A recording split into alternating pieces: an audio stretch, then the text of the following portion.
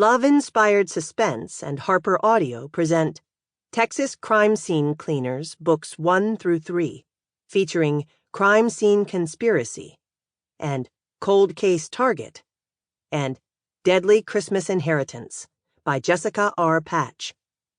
Performed by Courtney Patterson. Crime Scene Conspiracy by Jessica R. Patch. Come unto me, all ye that labor and are heavy laden, and I will give you rest. Matthew, chapter 11, verse 28. For everyone who thinks they must carry a burden alone. Special thanks to my agent, Rachel Kent, my editor, Shayna Acero, Susan L. Tuttle, and Jody Bailey. Thank you for all you do to help the books be even better. I treasure each one of you. 1. Texas Ranger Emily O'Connell glanced at the Old Money Mansion, then the white commercial van parked in front, and inwardly groaned. How was she going to get past Stone Spencer? His Aftermath Recovery and Trauma Services van might as well have been a blaring beacon declaring the horrific event that had recently happened inside. And the week before Christmas. She'd hoped to beat him to the punch and avoid him and the million questions he was no doubt going to ask. Ignoring the cluster of media vans, hordes of journalists and camera crews filming the home, she focused on the house. Windows facing the circular drive were decked with evergreen wreaths and dotted in the center with red velvet bows. Windowsills were adorned with white taper candles, probably battery-operated ones that would automatically kick on at sunset. Classic Christmas decor. Only hours ago, socialite Tiffany Williford had ended her life by suicide.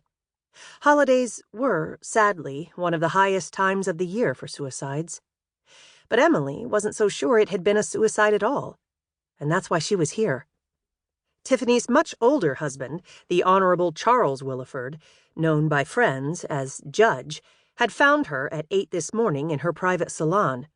Emily had passed the CSI vehicles on the long stretch of road leaving the home. With the Cedar Springs PD gone and the forensics processed, it was now up to the Spencer Aftermath Recovery team to clean it up. But Emily wanted a peek at the crime scene before the process began. Leave it to Stone to be prompt. Emily had first-hand experience with his timeliness when one of her cases in the Public Integrity Unit had intersected with his, back when he'd also been a Texas Ranger in the Unsolved Homicide Unit. The man was organized, efficient, tough at times, but kind, and had a nose like a bloodhound when it came to sniffing out criminals. He'd been sorely missed when he'd resigned his position a few years ago. He'd also asked her out twice to dinner. And twice she'd declined. Glancing in the rearview mirror, she tucked one of her long bangs that had come out of her low bun back where it belonged, then frowned at her freckles. She didn't mind being a redhead. She detested the freckles that covered her body, but she refused to use makeup or concealer to hide them. They were simply her. Donning her extra-wide sunglasses, she reached for her white cattleman hat from the passenger seat out of habit. But it was empty. Today, she was in her own vehicle and plain clothes so as not to alert the reporters at the house that a Texas Ranger from the PIU was on the scene. Her Texas Star badge was inside her jeans pocket. This was a covert mission. She exited the vehicle to a balmy 64 degrees. Per usual, it didn't look like snow for the Texas Hill Country this Christmas, but anything could happen in a week. A myriad of reporters demanded her identity, but she kept her head down to avoid being caught on camera, being sure not to act too inconspicuous. Her cowgirl boots clicked along the asphalt as she approached the front door.